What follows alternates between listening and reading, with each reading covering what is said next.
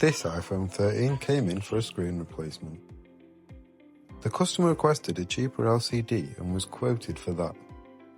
But due to parts availability, we upgraded her to an OLED at no extra charge.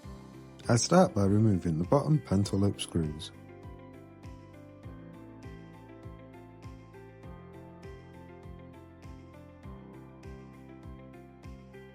Next, I attach a suction cup to lift the display safely.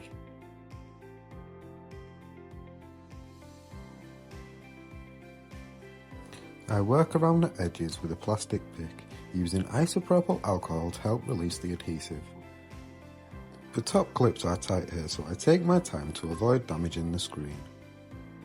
Like and subscribe for more repair videos. When inside the phone, I remove the screws and lift the bracket covering the battery and display connectors.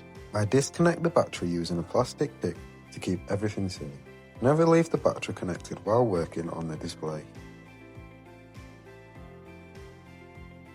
Next, I remove the bracket securing the flex and sensor connectors. I remove the bracket from the back of the old screen. I carefully remove the sensor assembly from the old display to keep Face ID working.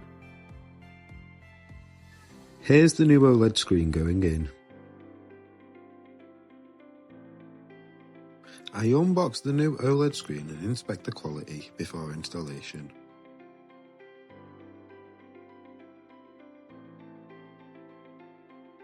I attach the sensor to the new screen and secure it with the bracket. I add a JTH sticker with the replacement date to track warranty. The device powers back on with the new screen installed. I fully test the device to confirm touch, display, sensors and Face ID are all working. Diagnostics show the battery health at 78%. So we've recommended a replacement, quoted the customer and she'll be back to have it done. Need a screen repair? Come down to JTH Repairs or call 0113 819 7834.